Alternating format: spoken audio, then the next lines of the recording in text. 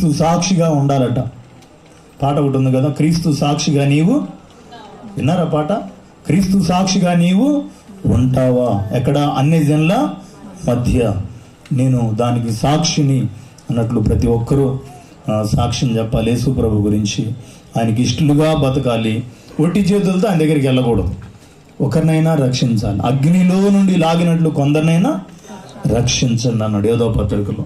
కాబట్టి ప్రార్థన చేయండి మీ పిల్లల కోసం, ఈ గ్రామం కొరకు, సంఘక్షేమం కొరకు, దైవజనుడి కొరకు. రక్షణ లేని వారు రక్షణ పొందండి.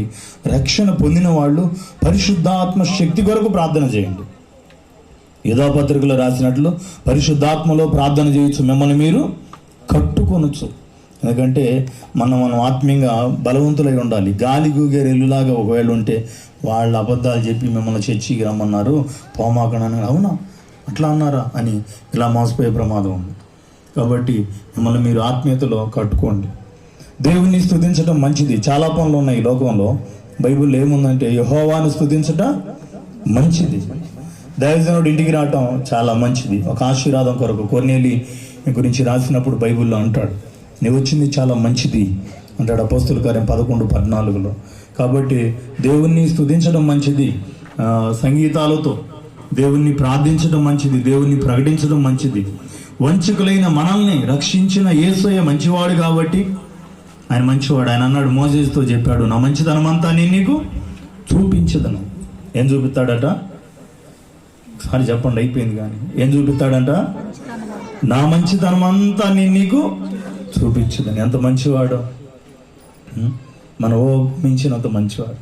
ఇంట్లో వాళ్ళు కూడా ఎరా బాగున్నావా అమ్మ, బాగున్నావా అని పలకరీరు. ఎందుకంటే మన స్వభావాన్ని బట్టో, మన మాట తీరును బట్టో, మన ప్రవర్తన బట్టో.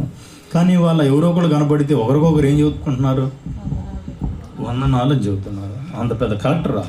దేవుని స్తోత్రం. అంతమంది కలెక్టర్ ఉద్యోగాలు వచ్చినాయా? దేవుడు అనుగ్రహించిన ఆధిక్యత ఇంకా ఎంత మంచితనం అంటే, మన బండిని, మన కారుని, మన బైకుని, మన పిల్లల చదువుల్లో దేవదూతలు కాపుదలు అనుగ్రహించాడు. దేవునికి మహిమ కలుగును గాక. రాత్రి కూడా 12:30 అయింది. శివాపురం అనే ఊళ్ళో వాక్యం చెప్పొచ్చారు. కానీ నన్ను రక్షించి నా కొరకు చనిపోయిన యేసుక్రీస్తు కొరకు నేనేమి చనిపోనక్కర్లేదు, ఎందుకంటే ఆయనే నా కొరకు చనిపోయాడు. కానీ చనిపోయిన యేసుక్రీస్తుని నేను ప్రకటిస్తున్నానని పౌలు అన్నట్లు నేను, నీవు, మనందరం యేసయ్య సాక్షులుగా ఉండాలి. ఈ జీవితాన్ని వ్యర్థం చేసుకోవద్దు. ఇనుము ఉంది కదా, ఇనుముని ఎవరైనా పాడు చేయగలరా? కానీ పాడైపోయింది. ఎట్నో తెలుసా? వాడకపోతే తుప్పు పట్టింది. మన ఆత్మీయ జీవితాన్ని ఎవరూ పాడు చేయలేరు. ఎందుకంటే దేవుడు కంచి వేశాడు. క్రీస్తు ప్రేమ నుండి ఎడబాపునది